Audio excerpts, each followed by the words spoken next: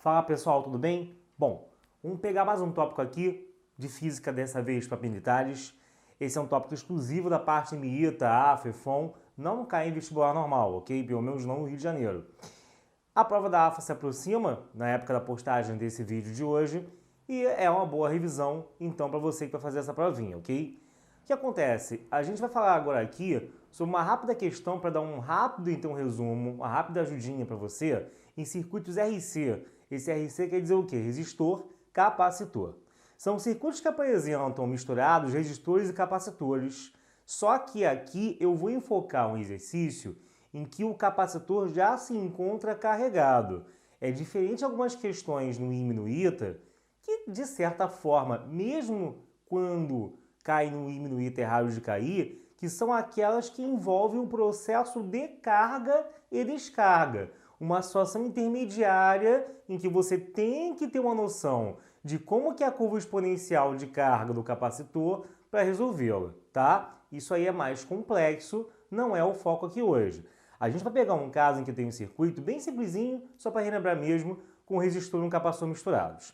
Gente, então olha só. Então a sigla então aqui, RC, significa circuito que eu tenho aqui um resistor capacitor. Na física 3 da engenharia, né, e esse tópico também pode ser usado para quem estiver fazendo uma UFRJ, uma física 3 na UFRJ, muitas vezes, dependendo da ementa, né, da disciplina, você começa a falar também de indutores nessa matéria, tá? Indutor, no caso, aí seria o L, você tem a indutância, e aí seria um circuito RLC, se ele chegar a misturar as três coisas, resistor, indutor e capacitor, ok? Aqui não é o caso ainda. Mesmo indutor, cara, na prova do ITA, quando caiu há muito tempo atrás, ele dava o básico da fórmula, que nem foi uma vez com um momento de inércia também, que ele dava a fórmula, uma questão bem assim. Não vale a pena agora a gente comentar isso aqui. Só se você tiver muito top nos demais assuntos, em todos eles, que vale a pena você pegar, por exemplo, uma questão de indutor para você estudar. Não vejo por que agora. Então vamos lá então aqui, gente. A ideia é o seguinte, eu tenho aqui uma fonte com 220 volts, um resistor de 10 ohms, um outro trecho aqui que contém um capacitor de 3 farad e um resistor de 20 ohms. O que eu quero que você aqui pense? A corrente elétrica, né? O valor médio da corrente elétrica é dado por ΔQ sobre ΔT. Então, muitas vezes, ele vai colocar na hora lá na questão um capacitor já carregado lá no circuito para tentar te apavorar. Por que tentar te apavorar? Porque a pessoa vai começar a viajar com a presença dele ali na questão e, cara, o que acontece? Se o capacitor já se encontra carregado, quer dizer que o processo de carga dele já parou e aí a variação de carga aqui vai ser quanto? A gente vai ser zero, né?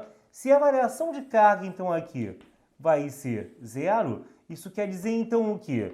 Que a corrente média, cujo valor eu quero calcular é zero, e com isso você vai ter que, num capacitor carregado, por um capacitor carregado, no caso aqui, não passa a corrente. O I em cima dele é zero. Isso é uma coisa que você tem que ter muito bem na sua cabeça. Porque olha só, se eu coloco agora um resistor aqui no trecho em que eu tenho um capacitor, como é que você vê aqui o processo de carga dele? Lá no início, poderia ter uma chave em algum ponto aqui do circuito. Geralmente, né, eu acho que seria mais adequado que ela fosse aqui no início. Fechei a chave. Aí a fonte ia começar a jogar uma corrente elétrica para os dois trechos, né? Se subdivide aqui e vem um pouquinho para cá. Se subdivide aqui e vem mais um pouco para lá. Só que essa corrente ela começa lá no pico, lá no talo, e vai caindo, até chegar a zero no trecho da direita. Porque quanto mais aqui o capacitor se encontra carregado, né, inversamente, à medida em que a carga vai aumentando em cima dele, a corrente elétrica vai diminuindo, até que você tem que no final ela é zero. Tem que lembrar que no final a corrente vai ser zero, porque não vai ter mais variação de carga, ok? Quando a questão não fala nada, às vezes acontece isso, né? Tem provas da AFDEFON que são meio estranhas de enunciado. Considera que ele já está, no caso, então, carregado. Não faz sentido ele estar durante o processo de carga e você não ter meios de trabalhar com aquilo. Tá legal, gente? Então vamos pensar aqui.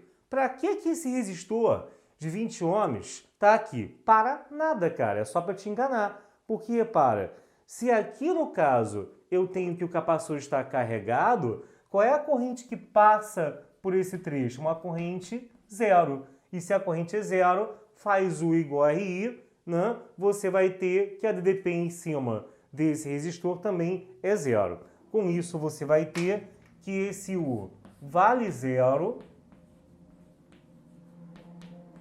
E é como se esse resistor nem estivesse aqui, galera. Na verdade, esse trecho aqui, o resistor está só para tentar te derrubar. O circuito, nesse momento, vou tirar a chave também daqui, né? Poderia ser muito bem redesenhado dessa maneira aqui. Você vai ter aqui 220 volts.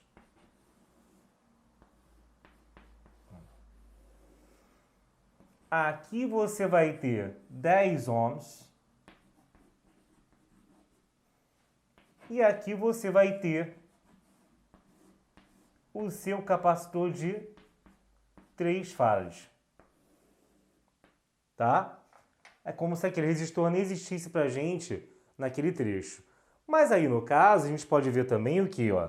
Se eu chamar aqui de ponto A, aqui também vai ser ponto A, aqui também vai ser ponto A. Se eu chamar aqui de ponto B, aqui também vai ser ponto B, aqui também vai ser ponto B. Isso quer dizer, então, que você vai ter que os 3 trechos estão em paralelo. É meio que, talvez, para alguns estranhos falar nisso, mas o capacitor de 3 farads vai estar em paralelo com o resistor de 10 ohms. Não tem nada esquisito. Lembra que em paralelo, a alma da coisa é ter o quê? A mesma DDP. E eles realmente, galera, eles têm aqui a mesma DDP, ok? Não tem nada de esquisito nisso, tá bom? Com isso, o que vai acontecer? Se a DDP é a mesma, pega aqui os 220 volts e aplica ele tanto em cima do resistor de 10 ohms, quanto em cima do capacitor de 3 farads. Então, o que quer que ele venha agora perguntar a respeito de cada um deles, eu já tenho como responder. Por exemplo, o resistor aqui de 10 ohms, né? O que eu posso falar dele? Eu já tenho a resistência, que a questão deu, já tenho agora a DDP em cima dele, né? Que é 220 volts também, assim como a fonte. Ele poderia muito bem perguntar a corrente em cima dele. Faz U sobre R, vai dar 220 sobre aqui, no caso 10, né? E aí você vai ter uma corrente de 22 amperes, tá? Fica ligado que muitas questões que lidam com esse tipo de circuito vão atacar justamente isso. Vão querer saber, no caso aqui, qual que vai ser o valor, por exemplo, que um amperímetro está medindo naquele trecho. Vou colocar um amperímetro ali naquele trecho e vou querer saber quanto que ele está indicando. E aí, no caso aqui, os 22 amperes seria uma boa pedida, tá? Seria uma resposta para esse trecho aqui do meio, tá bom? Agora, se eu tiver alguma pergunta em cima do capacitor de 3 farads, muito provavelmente a pergunta vai ser o quê? Qual que seria o valor, no caso aqui, da carga em cima dele, né? E aí, entra lá aquela fórmula que está lá no nosso vídeo básico. Carga no capacitor é dada pelo quê? Por Q bumbum, né? Q bumbum vai ser a carga em cima do capacitor, tá? E a gente vai ter que, é só fazer 3 vezes 220, isso vai dar, então, qual a unidade de carga? Qual a unidade de carga? Qual a unidade de carga, gente, é isso, coulomb, né? Coulombs. Então, você vai ter aqui 660 coulombs, tá? Então, foi um exemplozinho bem tosquinho, tá? Bem basicão, bem simplesinho, para você ver, no caso aqui, como que você trabalha com circuito RC, tá? Então, só peguei aqui e fiz que a carga era igual a 3 com 220, e aí ela vai ser de 660 coulombs, tá? Então, fica ligado Isso foi mais uma nossa dica. Circuito RC é algo que nem aparece tanto, varia, mas pelo menos assim, sem equação de carga e descarga, como falei, é bom você conhecer o assunto, tá? Então, pessoal, manda inbox mais uma vez para mim, manda mensagem, seu feedback, continuamos no nosso canal, tanto no Fábrica de Engenheiros, quanto não se esqueçam também do Fábrica de Médicos. Tá beleza, gente? Eu tenho agora uma sala lá em Caraí, na Gavião Peixoto, onde estou dando uma aula de cálculo, principalmente apoio ao pessoal que estuda na UF, o pessoal também de Niterói em geral e adjacência, São Gonçalo, tudo isso, na Piratininga,